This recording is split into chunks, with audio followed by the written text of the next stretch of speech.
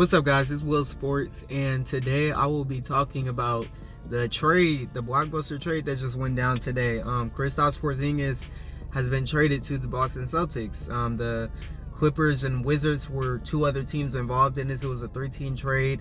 The Clippers received Malcolm Brogdon, and the Wizards received Danilo Gallinari, Marcus Morris, Amir Coffey, and then the 30th pick in this year's draft. So, first off, let's start with the Celtics, since that's the main part of this. Kristaps Porzingis, I love the fit of him on the Celtics. I think just having another big that can space the floor gives you more versatility in what you can do as far as your front court. You obviously still have Horford, Williams, and now Porzingis in that front court. You'll have lineups where you can run Porzingis and Williams if you need more defensive versatility, you need a shot blocker. Porzingis can space the court, give guys more room to operate. Can run Horford and Porzingis and have a 5-out lineup. You just have so much options. And the Celtics were a team that I feel like had a lot of firepower. I just think the issue with this team is just a lack of cohesiveness in the lineup at times. Like when it came to coaching, they didn't have a lot of synergy. They played a lot of stupid basketball is what I would say. They didn't always play the right way.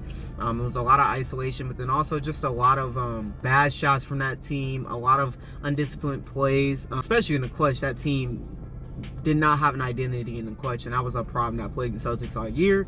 I do think Kristaps though improves this team slightly, but I think Malcolm Brogdon, losing him is a tough loss considering he was pretty good for them all year. He was, 6th man of the year, and then also had a pretty good playoffs. He can provide, scoring, playmaking. He's not a floor general per se, but he's a pretty good, point guard to have.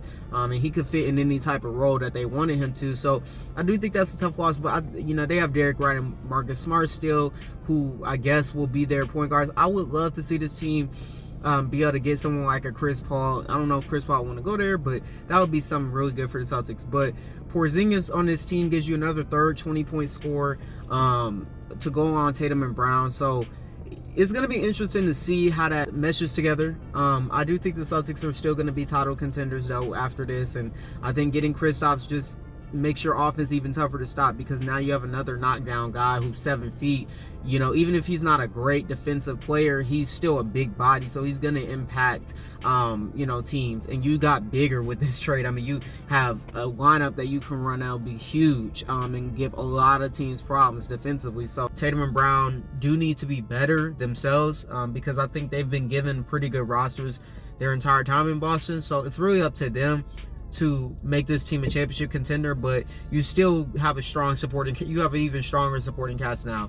I think part of the reason they made this deal is because they're content with keeping Jaylen Brown and giving him the deal that that max deal that he's looking for, I'm assuming. So they went all in on this and just trying to build even more around Tatum and Brown, which I can understand, because the likelihood of them getting a Damian Lillard or something was unlikely, and there's no other superstar caliber players out there on the trade market that could have made the Celtics any better. So I understand that. So making this trade was a solid option. They didn't give up anything that was too much. Like Malcolm Brogdon was pretty good this year, 6th man of the year.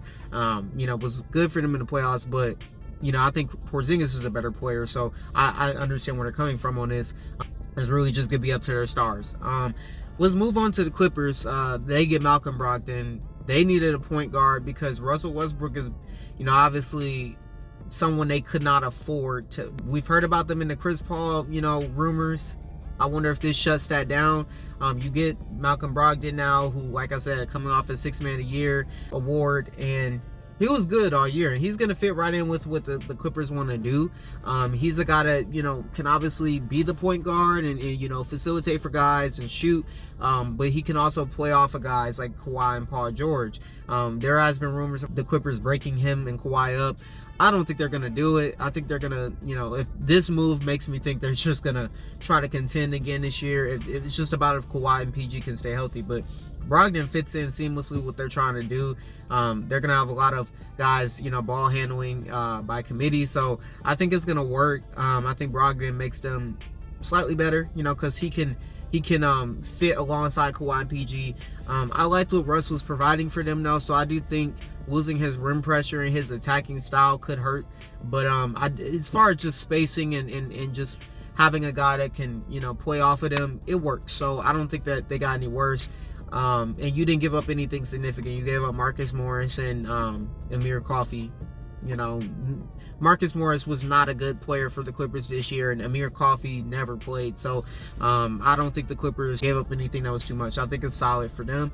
And the Wizards get Marcus Morris back. You get Danilo Gallinari, Amir Coffey, and you get the 30th pick in the draft. They get back a draft pick, which they needed. A young player in Amir Coffey. We'll see if he can blossom into anything with the Wizards. But at the end of the day, you get something back of value for Porzingis, and that draft pick could become another good player for Wizards. And right now, they're in a full rebuild, so any type of draft compensation they could get young assets will be nice for them. And Marcus Morris, Danilo Gallinari, I'm sure they'll try to use those guys as trade chips, just like Chris Paul. And if they can't, then they'll probably buy those guys out or just let them ride the bench and mentor their young guys. But it's going to be interesting to see what they do going forward. I just like that Washington has a clear direction now. Going forward, now that they got rid of Beal, they're trying to rebuild, and this is something Wizards fans have wanted for a long time, and it is pretty clear they're trying to do that. Kuzma's another guy who I'm interested to see if they try to sign and trade. I feel like you could get back a lot for him.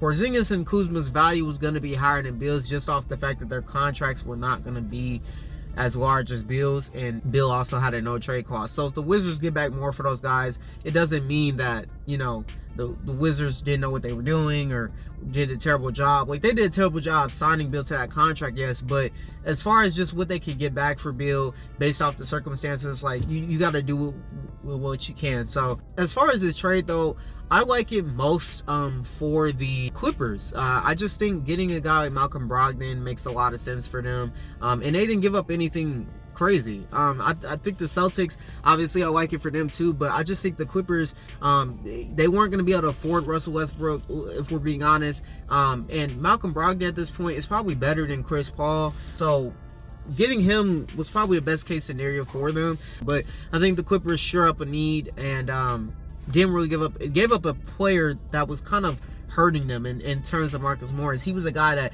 was being forced into the rotation when he shouldn't have been. So I think that gets rid of that problem. And the Celtics, like I said, got better.